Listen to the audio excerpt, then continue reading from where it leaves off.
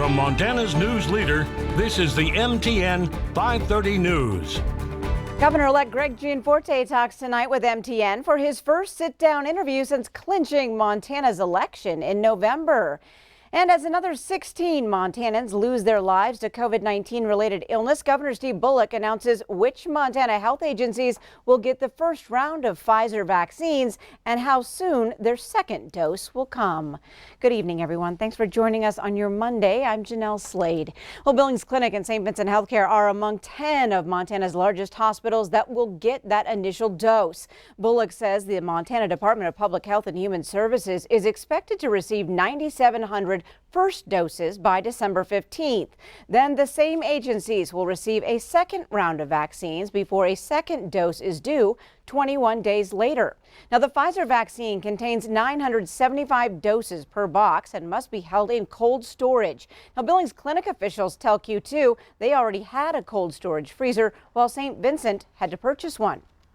Guidance has been provided, and we've developed our tiering where the people we're prioritizing first are those care providers, the nurses and doctors and so on, that are working directly with our COVID patients. Yes, we do have cold storage. I believe it's here and ready for the Pfizer vaccine, and then the Moderna vaccine also requires some colder storage, but not the super cold like the Pfizer.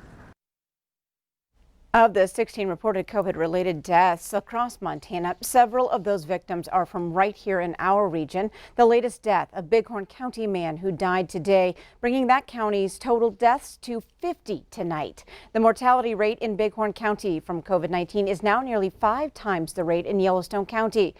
Yellowstone County reports another 3 deaths today, now reporting 127 total victims, and Webo and Stillwater counties each add another death today. Well, across the state, MTN reports the COVID-19 death total has reached 782. There are nearly 17,000 active cases tonight, and more than 51,000 people have recovered. And now more people across Yellowstone County can receive free COVID testing each day. Riverstone Health has expanded its free testing to 250 daily drive-through COVID-19 tests with no appointments. Now, that testing happens at 2173 Overland Avenue. The site is open from 8:30 a.m. to 12:30 p.m. Now, Riverstone now also offers free rapid tests by appointment only. You can call 247-3327 between 8:30 a.m. and 3:30 p.m. to make a rapid test appointment. Well, to the south, Governor Mark Gordon today announced tighter restrictions as Wyoming hospitals see a record number of patients and rising COVID-19 deaths. The new health order aimed at keeping businesses and schools open requires face coverings in all counties, reduces outdoor gathering group sizes from 25 to 10, and bars and restaurants must close at 10 p.m. In addition, seated patrons at bars, restaurants, theaters, concert halls, and large gatherings is now limited to 6 people, while group workout classes at gyms now capped at 10 people. The new actions will start on Wednesday, December 9th and extend through January 8th of 2021. Now, this new order comes as Wyoming reports 23 new COVID-19 related deaths today, all of those within the last month. Laramie County reports the most deaths with 5. In November, the Cowboy State reported 128 deaths. Now, that's nearly half the state's total COVID-19 related deaths total. Well, Montana lawmakers met today to lay out possible COVID-19 options for the upcoming legislative session. The committee members introduced proposed amendments, including ways for legislators to participate remotely.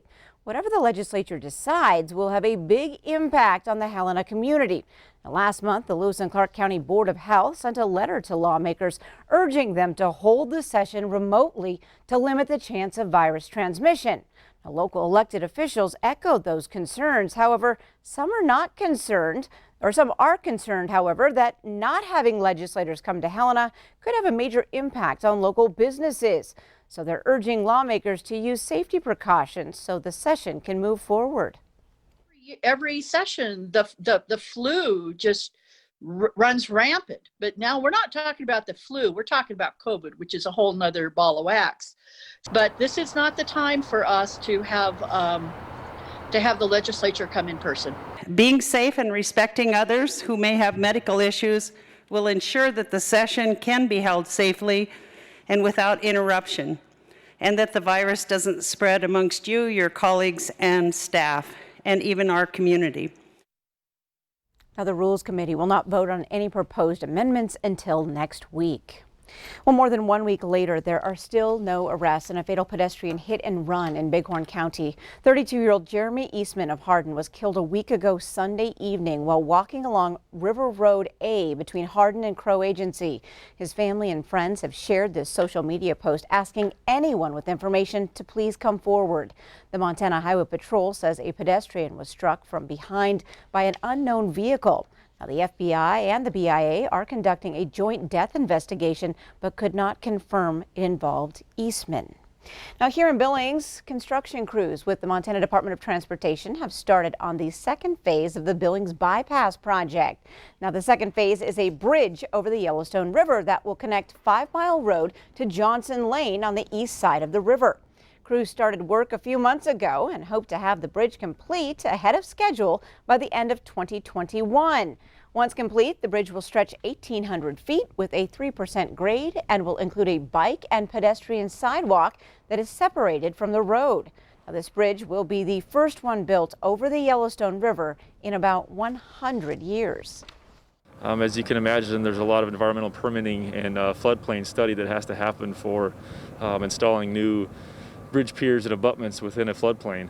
So there's extensive study and work with FEMA and other regulating agencies to make this project work.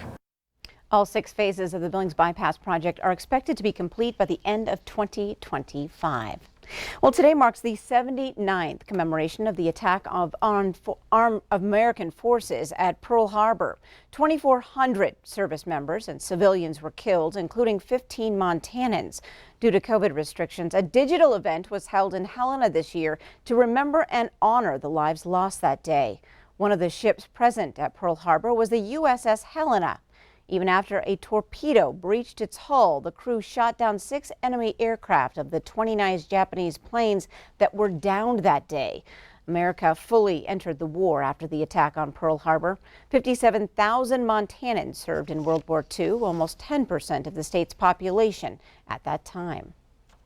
We stepped up to the plate. We were the largest by per capita response of any state.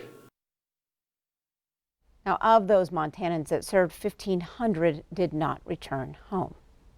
Well, up next on tonight's MTN 530 News right here on Q2, from schools to cabinet members to the COVID-19 pandemic, we talk one-on-one with Governor-elect Greg Gianforte and hear his plans once he takes office. And in sports, the Cowboys of Wyoming are flying high after their stunning victory over Oregon State last night. We'll hear from them in just a bit. And coming up in weather, this is a week of transition. We are expecting to see very hot conditions today and tomorrow, near record high temps and windy conditions. Grassland wildfires are a worry. Then we're looking at a cold front moving in tomorrow, and then also some colder temperatures and also showers moving in for the weekend.